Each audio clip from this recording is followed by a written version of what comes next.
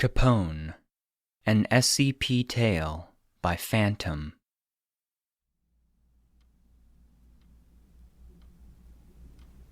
I was scared when I first saw him. It happened just as you told me. The messages, the pictures, seeing him around every corner afterwards. I was so young. Who wouldn't have lost it?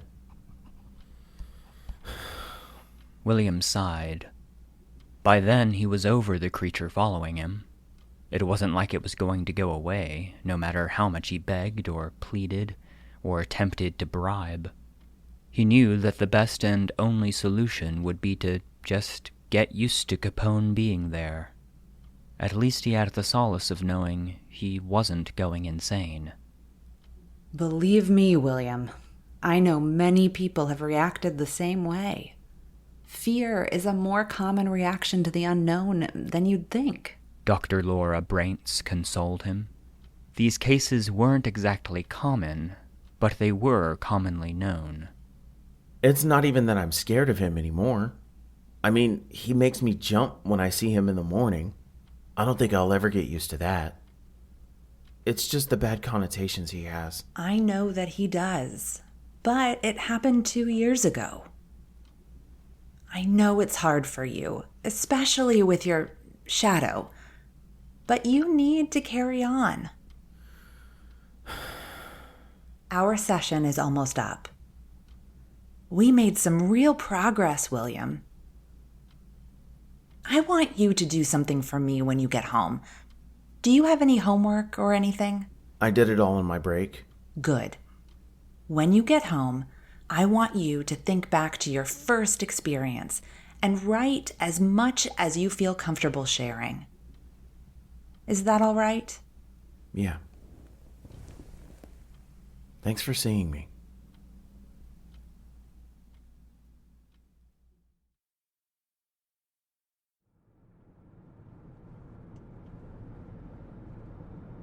It wasn't too long a drive from the doctor's office to home. 5, possibly 10 minutes if there was a train. He always saw the creature through the rearview mirror when he drove, riding in the back seat. It looked innocent, in its own alien way, waving to William as he saw it. Despite everything, William found himself talking to it, like one would talk to a dog or cat about their day when they're alone. It seemed to listen when he talked, and after a while, he could swear that it understood. It's hard to tell with a face like that, so all there was to go by were various head tilts and waves, and even then, he had to teach it how to wave. Well, at least I know you're interested.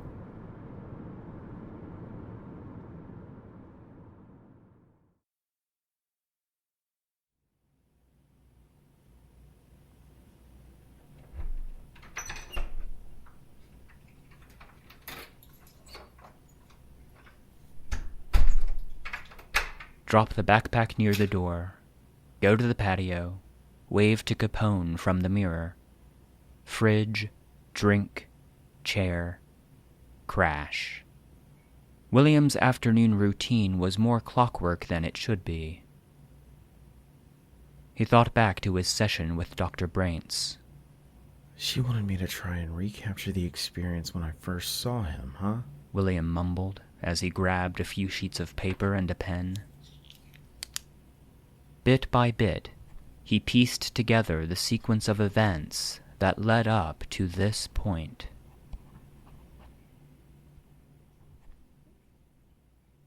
I've had Capone with me ever since I was 15 years old. I remember that my 20-year-old sister, Sarah, brought up an app that she downloaded earlier at the dinner table one night. She had no idea how it does it, but hazarded a guess that it tracks you through your phone's GPS and sends you pictures of the places you've been with a really cute monster placed in the photo to make it look like it's following you. It didn't seem that weird. I recall that Google Maps could get a decent ground photo at the time, so just add Photoshop to that and you'd have a gimmick. Plus, we knew that it couldn't be a virus. The App Store checks every app for things like that before peddling it. The only thing I found legitimately off about it at the time was that it was both free and without ads. Her explanation of it sounded pretty cool to me, so I asked Sarah to help me download it on my phone. She told me that while my old hand-me-down flip phone did have something like an app store, it most likely didn't have mallow. Didn't stop her from looking, though. Sarah was a good sister. She really could have told me to just get out of her hair, but she always took time out of her day for me, packing my lunch, playing with me, bringing me to R-rated movies that I was clearly too young for. I was lucky to have her as a legal guardian when our parents went away.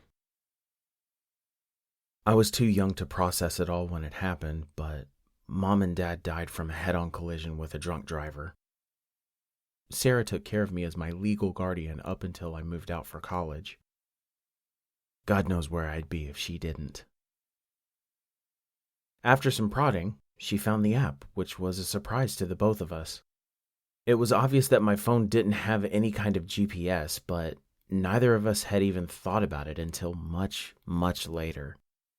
Soon enough, I received my first picture. I'll never understand the way Sarah saw the world if that was her idea of cute. The photo was taken in my school's courtyard, with the creature I'd soon call Capone sitting on one of the benches. You could barely see him, but there he was, covered in his black, matted fur, with his knife-like claws, a set of blank, pure white eyes, and that face, which was merely a skull belonging to some kind of large beast, looking directly at us with that large, wolfish grin. I gave the phone back to Sarah, telling her how terrifying it was and that I didn't want the messages anymore. She just jokingly punched my shoulder, saying, "Oh, don't be such a baby. It is too cute. Look how happy he is to meet you." I looked back at his face, his wide grin specifically. I have to admit, I laughed at that. It was just the sheer wrongness of that statement that made me listen to the next. She said, "I'm sure he'll grow on you eventually. Tell you what, if you can put up with him for one whole week, we'll go see that movie you've wanted to see.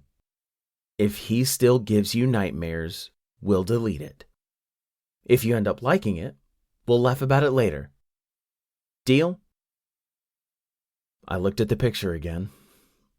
It appeared that getting a photo every now and then was the extent this was going to go to, and looking at it in hindsight, I probably would have kept it on for next to nothing if she really wanted me to. So I agreed. Sarah was ecstatic after that, and assured me that I wouldn't regret it while showing me some of her own pictures. She only had 3 so far. One at her office, one at the park, and another on the road we lived on, each picture containing her own clearly visible entity. I must have looked nervous or something, because she suggested that I name mine, like she did with her Cassandra. I thought about it for a bit. Let me make something clear, though, because it seems to come up whenever I tell people this. I did not name my mallow Capone because of the incident with my parents. I didn't even know that Mom and Dad's arrest involved alcohol at the time. I named him after a history lesson I found amusing in school where people's fear got the best of them. And as my teacher put it, it ended up doing a lot more harm than good. It was intended as a reminder that I shouldn't be making the same mistake. I saw a bit of light in this whole thing after giving it a mock title and thought it wasn't going to be that bad. I went to bed, and my normal life went on for just a little while longer. I continued to get pictures of Capone for a while, following me at school, the bus stop, my street, virtually everywhere I went. It wasn't until the third or fourth day when I got called in from class. I was thinking that I was in trouble for something, even if I didn't know what. But as soon as I saw Sarah, that feeling was stifled. She was shaken. The instant she saw me, she immediately yanked my arm and brought me to the car. Sarah was not looking good at all. She kept asking questions about Capone, things like if I saw him or if I received photos from him with me in the images. I hadn't checked anything from that day, but when I checked, there were two. I remembered exactly when and where those messages were taken, because during them, I made a mental note that I got some texts from Capone. They've been sent as soon as they've been taken. Sarah knew that we were being pursued by something. She probably had no idea what they were, and I knew she had no idea how they were doing it. But she knew that they knew where we lived. She couldn't figure out how to delete it. She said she tried everything, but couldn't find a way to get it off. She couldn't even find where the app went. I'm not even sure what we were planning to do, but before we could even fully plan a course of action, I got another text. Sarah froze and stared at me, as if to say, "Don't look at it." If I didn't, I could have had a semi-normal life right now. It would have been over the news within the week, and we would have known. But I did it. I opened the phone, and there we were, just sitting there with that fear-stricken look on our face. The photo was clearly taken from the hood of the moving car, giving us a clear view of what was behind us. He took up most of the back seat and towered over me. We both turned around, preparing to scream at the monstrosity behind us, but when we did, the seat was empty. We didn't know what was happening or what to make of it, but we felt the only thing to do is run away, abandoning the car. We hastily ditched the car, ran the rest of the way to the apartment, and locked the door behind us. We locked ourselves in the bathroom and waited. We just stayed there.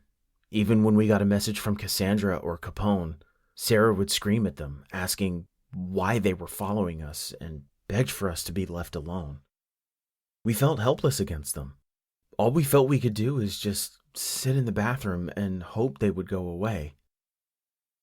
The room felt like our only safe haven until we were exposed to them for too long. Sarah started to panic, saying that she kept seeing one of them behind her. I wasn't seeing it, though. I was more concerned about trying to calm her down by telling her that maybe they weren't really there than I was about seeing Capone in the mirror. I convinced Sarah that we needed to leave the room out of necessity. We couldn't stay in the apartment forever, and if they wanted to get us, they would have done so already. We called the police, and here we are. We both got help, but I was the lucky one. Everyone's case was different in terms of interaction, but for me, Capone was always in a mirror or some reflective thing large enough to show him. He was predictable, and I could find ways to block him out when I needed it. I learned how to expect Capone, and after a while, he kind of grew on me. I used to have a makeshift curtain that I would pull over the mirrors when I didn't want to see him, but I started using that curtain less and less as time went on. Capone always seemed to try and interact with me, even if I didn't understand what he was trying to say most of the time.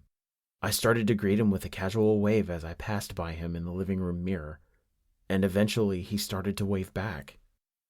He kind of became a constant companion to me, and I adjusted to Capone just as he adjusted to me. My case wasn't as severe as Sarah's. She saw Cassandra everywhere she looked. Around every corner, just out of sight, over her while she slept. Sarah took her own life 2 years ago. I wanted to blame the Mallows for it, but I can't. Following the person who looks at their messages is just what they do. Now, every time I see Capone, I'm reminded of what I did in the car that day. I knew I shouldn't have picked up that text.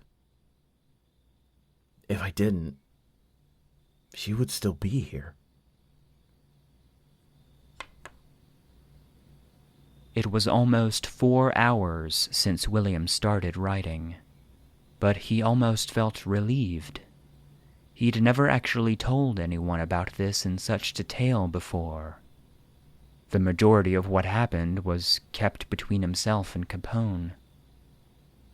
He looked up to the creature in the mirror from across the room for a few seconds, as it gave the old familiar wave. William was silent for a minute, staring at Capone, and then back to his papers. He felt the need to make one last point.